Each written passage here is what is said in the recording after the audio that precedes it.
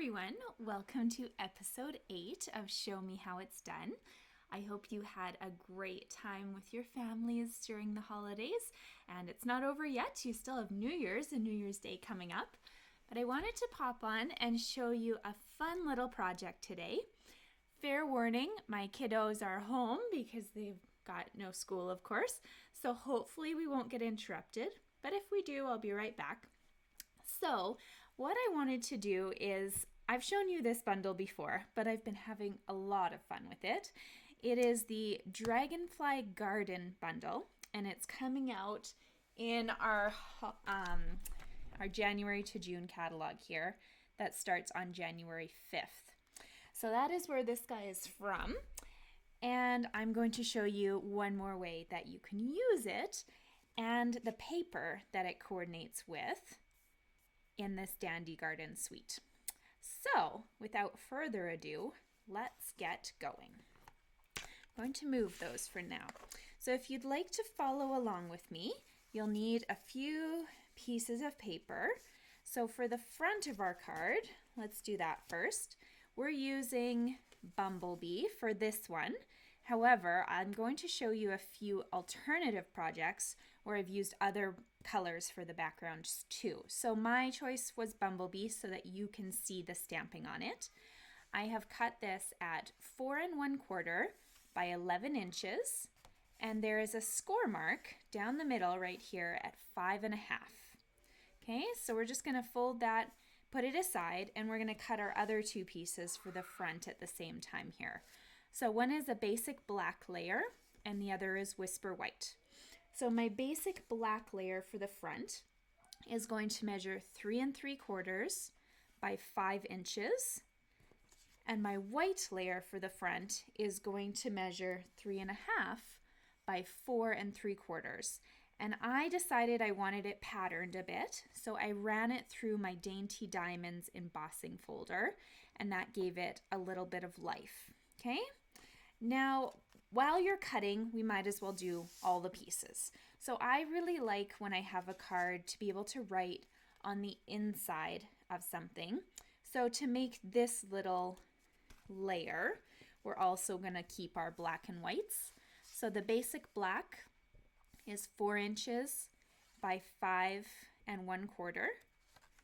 And the Whisper White here would be then 3 3/4 by 5 inches. Those two are the pieces that are going on the inside of your card. So you can just layer them up and stick them on the inside now or later, whatever you prefer. So the last thing that you're going to need to cut is some designer series paper. This we call DSP for short. And I've chose 4 different sheets from the Dandelion Designer Series pad. These come in 6 by 6 sizes. So I have cut them at 3/4 of an inch thick by 6 inches long. So I left them the full 6. We're going to end up trimming them. However, I like to leave them long so that you have a lot of wiggle room here, okay? So I'm going to move this out of my way, and we're just going to grab that piece of white paper to work with, okay? So choose which side you want to see. The opposite side is where you're going to put some adhesive. So you can either put a strip of seal or you can use some double-sided tape. I'm going to use this because you can see it really nicely as I'm working. Just straight from the top to the bottom here, okay?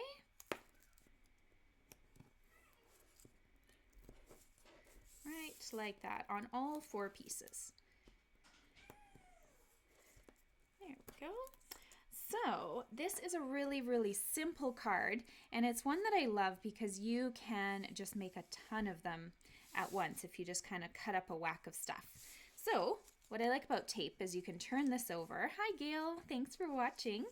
And choose which piece you want to start with. It's your choice whether you want to start with this bottom corner, whatever piece is covering there, or their top, doesn't matter. But I think I'm going to go from bottom up. Okay, so I'm just going to start with my nice dragonfly pattern piece. And I want it to cover this bottom left-hand corner and then go up at an angle. It does not go all the way across the card to connect the corners, it just subtly slants, if you can see that. And then you'll notice there is lots of paper overhanging on the edges. We'll trim that afterwards, okay? It's far easier for you just to lay all 4 of these down at once and then to go from there, okay? So leave yourself tiny little white gap in between, because it kind of looks funny if your papers are butted up against each other. This is a really nice technique if you've got some borders, okay? So this purple piece now, it may end up covering my top corner here, and that's okay. Or your pieces may be slightly different depending on how you've tilted your diagonal, okay?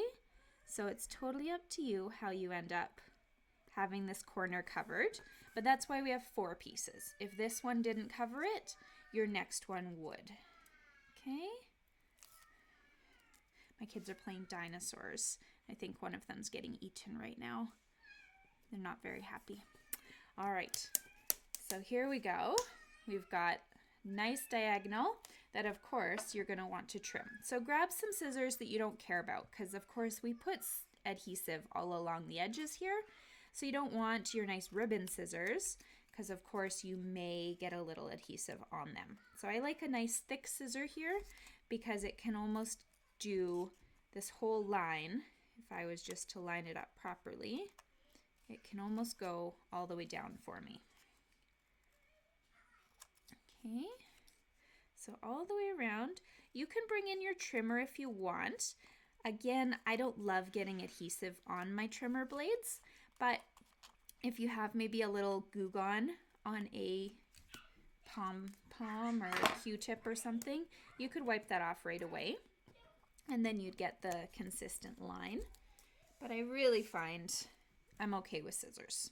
Okay, so this guy is beautiful, but what you want to do is you want to put a layer behind it, and that really just ties your whole card together, okay? So I'm just gonna end up putting some tape on here because it's quick and easy. Love our tear tape. Don't need scissors for it at all. Okay.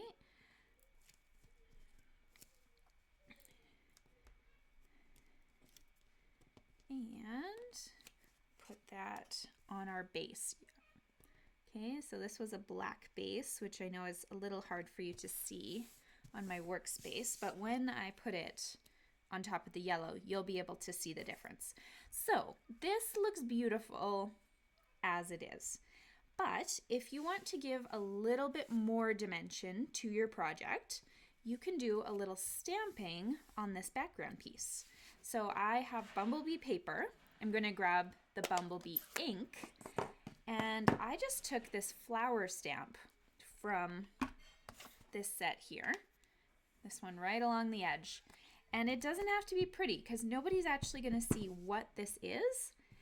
They just see that there's something subtle in the background of your project, okay? So I just went 4 times around the edge of my project here, like so.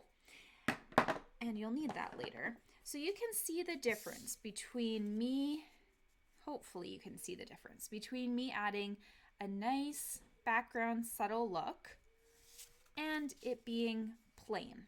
Okay, the plain looks great. If you don't own the stamp, it's fine. You can also put anything in the background. But I thought it was nice to just add a little subtle pattern to the back of my paper.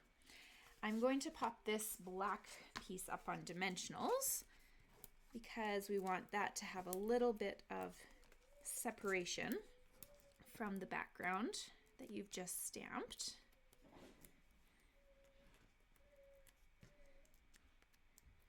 Like so. And then we're going to put that just right in the middle of our card. Okay, so this is my fun part. This is where you get to come and make a little decal here, okay?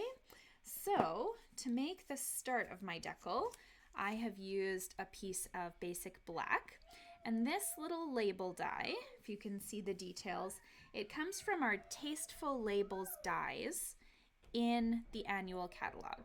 Okay, it's just a standalone die. It doesn't layer or anything, but it's really cute. So we're going to just put that onto our project like this.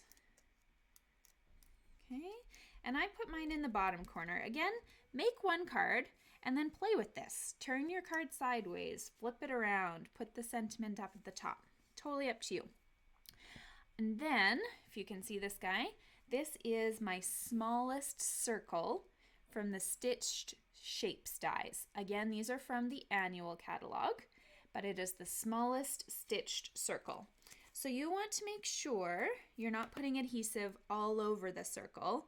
You want to put it where your dragonfly will cover it. So that's just right across the center.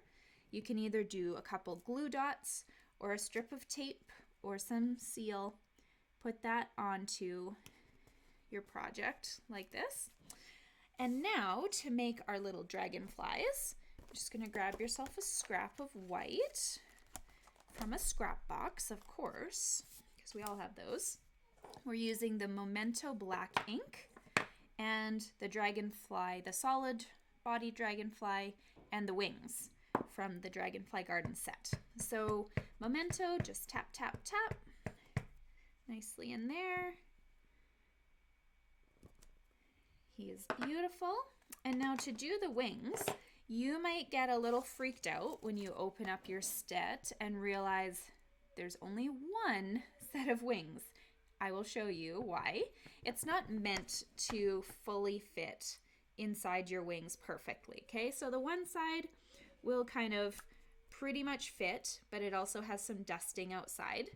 So the next one, instead of stamping it straight down, you're going to flip it over so it's the upside down look and just slightly slant it so it kind of hits around your wing. You'll have dusting around all four of your wings, and that's the exact image that Stampin' Up! Was going for when they designed this stamp set. The stamp set was just too large, they said, for us to have two wings. Instead, they wanted to give us a sentiment with it. Okay, so we've got my nice little punch. If you're new to these, there's a little latch, push up, and it will pop open. You're going to feed this paper into that top groove and then line it up. I always like to look at what I'm doing. So you can line it up inside that framed image and then snap it away from you so that you don't get a bunch of paper in the face. Okay, so this one, you can put a couple dimensionals on the back to make him pop out, and a little trick for you. So this dragonfly is very flat. This one, I'd like to make him look like he's flying a bit. So I'm going to take my bone folder and just gently pull between my bone folder and my thumb, pull the paper so that it slightly bends. Okay, so then turn around and do the exact same thing. So his wingtips are just coming off the card a little bit, okay? And then you want his body to stay flat on your card, okay? So there you go. So you've got two cute little cards here, one with your dragonfly flying off the page and the flat ones. You can, of course, put your pieces on the inside and stamp a sentiment. I made this so that it was very versatile when I handed it out to my customers, but there's some beautiful sentiments in the stamp set. A thank you, you're an inspiration, and just some encouragement ones as well. So if you have any questions about those, please don't hesitate to reach out. I do have a YouTube channel as well called Lauren's Scrap Lot, so make sure to go and check that out. And I will be posting there these photos of the 3 versions of this card that I've made. So I have my bumblebee base, I used Misty Moonlight, and a rich razzleberry. You could also pull other colors that work in the set, maybe a coastal cabana or a garden green. But this is just a beautiful array of projects that have the exact same layout, but a slightly different look each time. So thank you guys so much for joining me. I wish you all the best in your New Year's celebrations, and I will see you in the new year. Bye.